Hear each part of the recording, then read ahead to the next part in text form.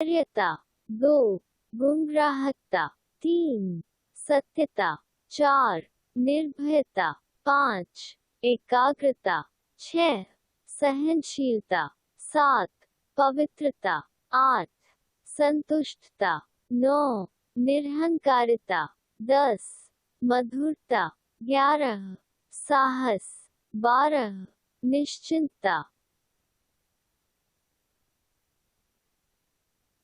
दैवीय गुण 10, मधुरता। मानव मन मधुरता के बिना अधूरा है। मीठी बातें भाषा की सच्ची मिठास को बढ़ाती हैं। दो मनों का मनोमिलन का जादू मधुरता से होता है।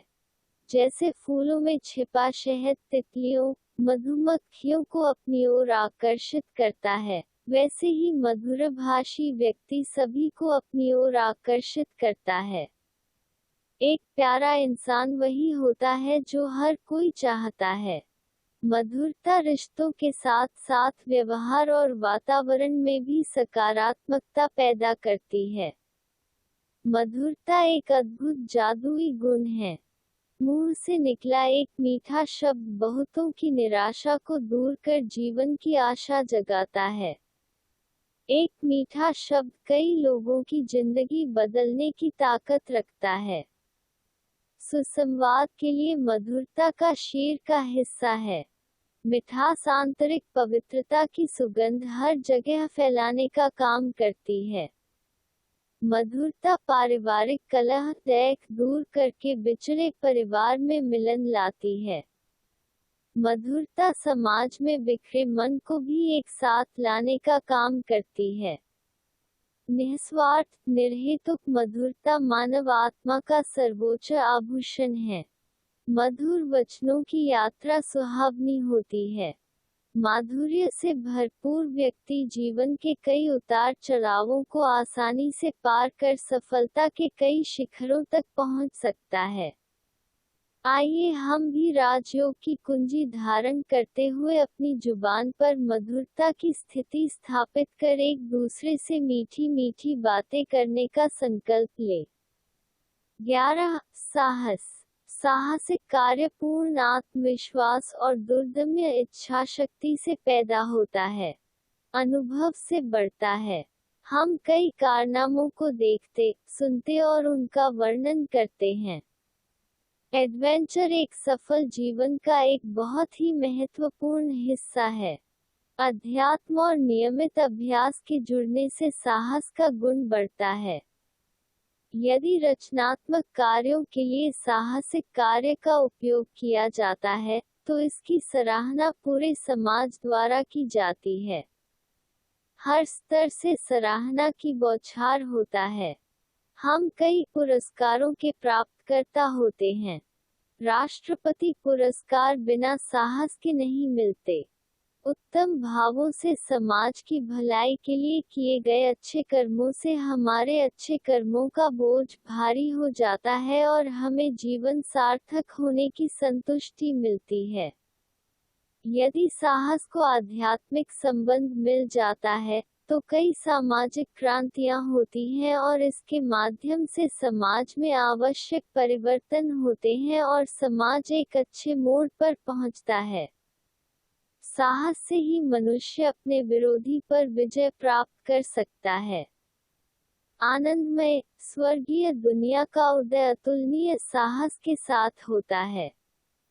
सामान्यतः शातिर मन को सात्विक बहते हुए शुद्ध जल की तरह पवित्र बनाने के लिए भी प्रबल साहस की आवश्यकता होती है, जो साहसिक राजयोग प्रदान करता है। और जब प्रत्येक मानव मन सात्विक हो जाता है तो उस समाज का मूल्यांकन एक श्रेष्ठ समाज, दिव्य समाज में होगा, जहां सुख, शांति, आनंद, प्यार और प्रकृति भी आपके चरणों में घुटने टेकूंगी। 12, निश्चिंतता। निश्चित रूप से हम देखते हैं कि छोटी छोटी घटनाओं से मनुष्य कितना व्याकुल होता है, कष्ट सह लेता है।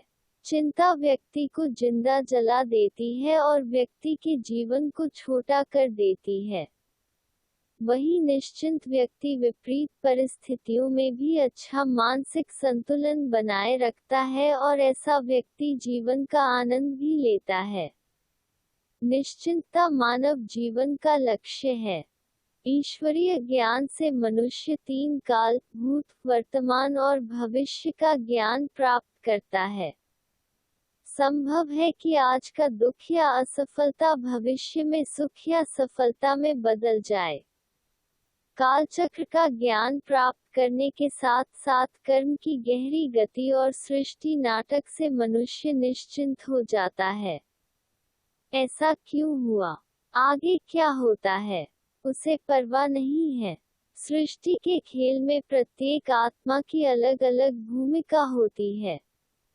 वर्तमान युग पुरुषोत्तम कल्याणकारी संगमयुग है, इसलिए यहाँ होने वाली प्रत्येक घटना में कल्याण सम्मिलित है। इसलिए संगमयुग में अलौकिक ब्राह्मण को न तो रात की चिंता बन जाती है और न ही आने वाले कल की, अर्थात मस्त फकीर बनता है।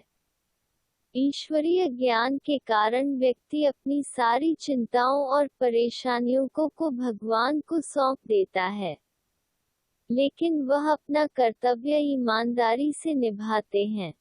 उसके लिए फल की अपेक्षा नहीं रखता। हालांकि धर्मग्लानि के इस समय में आइए हम इस ज्ञान का उपयोग करके अपने जीवन को सुरक्षित या निश्चिंत बनाएं। Please subscribe this channel to see continuous updates of this series.